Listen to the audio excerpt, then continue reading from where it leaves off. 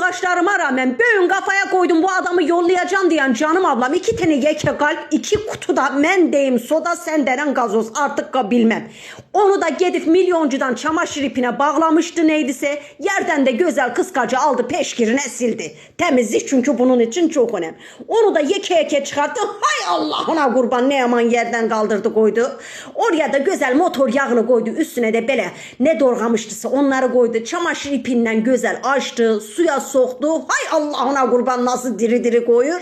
Oradan 1 kilo sendelenen 1,5 kilo adam öldüren böyle en acısından biberleri koydu. Soba küreğiyle anarı beri inan Allah'ına üzü hiç gülmür. Onu güzel karıştırdı. Oradan sırvı biberi aldı köylü başlı böyle 3'e 4'e güzel kırdı.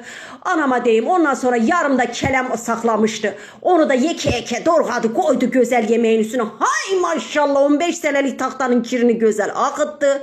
3 yeke avuç pul biberi koydu güzel. Ondan sonra anama deyim oradan böyle elini güzel yıkadı.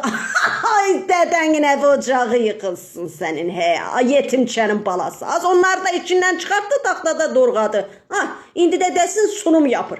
Dedesinin zamandan kalan pilon yanı kalbi koydu güzel sunum yapır. Bak suyundan güzel koydu. Nece güzel yağını akıttı.